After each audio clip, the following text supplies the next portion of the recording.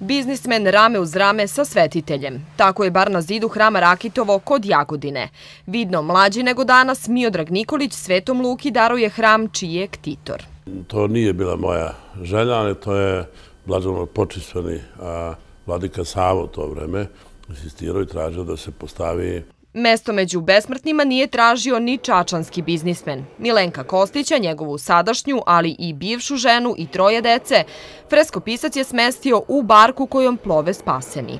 Normalno da sam dosta tim crkvama pomagao, da sam izgradio tu crkvu iz temelja i da dalje pomažem crkve u Srbiji.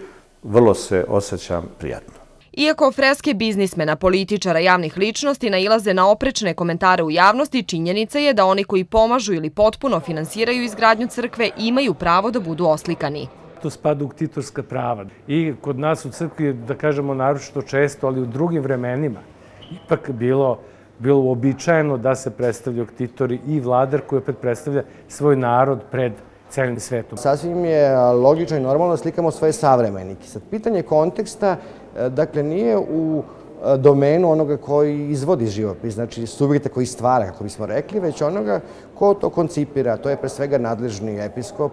Oslikavanje ktitora pravo je koje nije sporno, ali ipak u tome treba imati meru, smatraju verski analitičari. Ko daje, ne treba od toga sebi da pravi reklamu i da misli da na osnovu toga treba da u budućnosti ima neke poslovne privilegije.